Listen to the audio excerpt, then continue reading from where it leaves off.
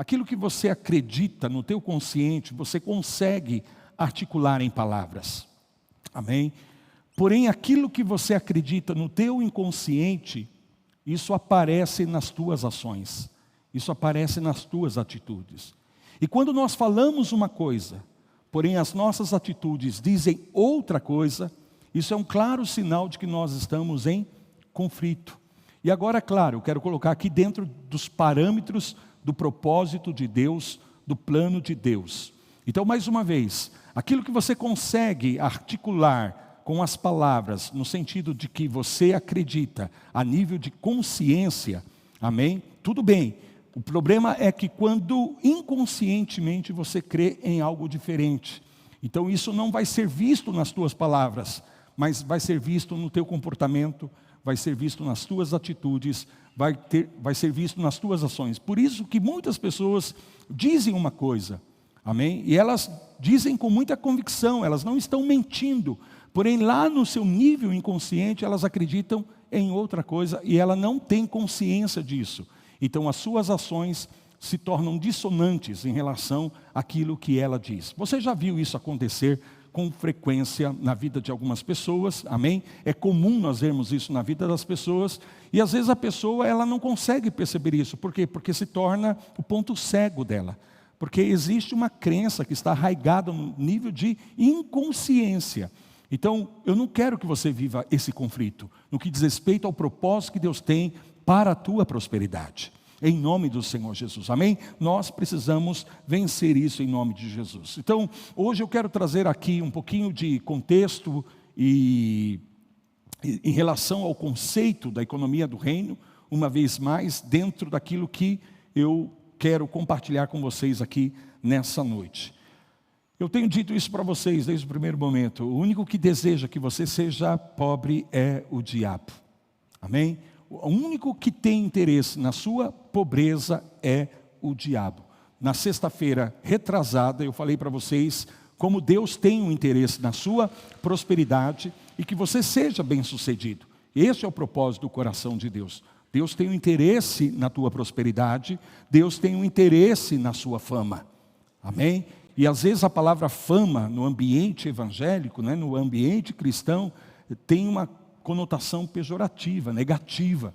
Porém, não há problema com a fama, ok? Nós temos que entender que Deus, quando Ele diz assim para Abraão, nós vimos isso, eu engrandecerei o teu nome. O que quer dizer isso? Que Deus faria o nome de Abraão grande, famoso, amém? Ele se tornaria uma referência, tanto que ele se tornou uma referência de fé para nós. E através da bênção de Deus na vida de Abraão, cada um de nós que cremos também somos abençoados e participantes da bênção que Deus deu a Abraão. Olha que coisa linda, amém? Então já vimos no começo que essa questão de ser bem-sucedido não é uma ideia ruim, não é uma ideia maligna, é uma ideia divina. São palavras que nós encontramos na Bíblia. Amém? Que Deus quer, encontramos a palavra riqueza, encontramos a palavra prosperidade, encontramos a palavra ouro, encontramos a palavra engrandecer, fama, bem-sucedido, sucesso, e tudo isso dentro de um contexto daquilo que Deus fez na vida dos seus filhos. Amém? E às vezes até em situações de pessoas que viviam uma limitação. Então eram pessoas improváveis, e como Deus tira elas de uma condição de limitação e leva-as a um estado de sucesso, de prosperidade, de grandeza. Então Deus deseja a sua grandeza, Deus tem interesse no teu sucesso. E eu falei para vocês, por que Deus se interessa no teu sucesso? Porque Deus deliberadamente quer a sua prosperidade. E agora nessa noite eu vou tentar explicar para vocês aqui, por que o interesse do diabo é que a gente seja pobre. Então, mais uma vez, o único que deseja que sejamos pobre, que nós sejamos pobre, é o diabo. Então, isso significa, amados, que qualquer coisa que conspire em relação ao fracasso da sua vida econômica, em essência, por natureza, é maligno. Quero que você reflita no que eu acabei de dizer. Tudo aquilo que conspira no que diz respeito à tua vida econômica, no sentido de que você fracasse economicamente, que você fracasse financeiramente, fundamentalmente é demoníaca por natureza, é maligna. Amém? Hoje nós conhecemos o mundo não como ele foi criado por Deus. Importante que a gente reflita isso. O mundo que nós conhecemos não se parece em nada com o mundo que Deus criou, e nem mesmo com o mundo que Deus idealizou. A partir do momento em que Deus disse lá em Gênesis que o homem teria domínio sobre a terra, que o homem teria domínio sobre os recursos terrenos, a partir desse momento o homem passou a ser o gestor da terra. E justamente a terra como nós a vemos agora, como nós a conhecemos, não tem nada a ver com a intenção original do coração de Deus. O que nós vemos hoje no mundo, amém, na terra, não reflete em nada o seu Criador, mas sim o seu gestor, sim o seu administrador. Ou seja, o que nós vemos no mundo hoje não é a vontade de Deus. O que nós vemos no mundo hoje é a vontade do homem, é a administração do homem. Então, uma vez mais, a terra não reflete mais o seu Criador. Amém? A terra como nós a conhecemos não reflete mais o seu Criador. Em Gênesis capítulo 26, não precisa abrir, você vai lembrar, Deus disse assim: tenha o homem domínio. A partir do momento que Deus deu o domínio da terra ao homem, mesmo que Deus seja o proprietário da terra, meus amados, mas o homem se tornou arrendatário da terra. Então é a responsabilidade do homem administrar a terra. A terra é o domínio do homem. Portanto, a terra como nós vemos agora não reflete a vontade de Deus, não reflete a intenção de Deus.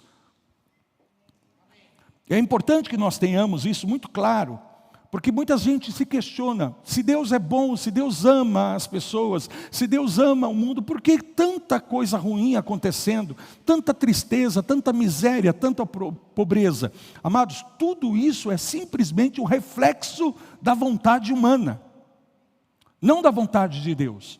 E claro, da vontade egoísta do homem, das ambições humanas.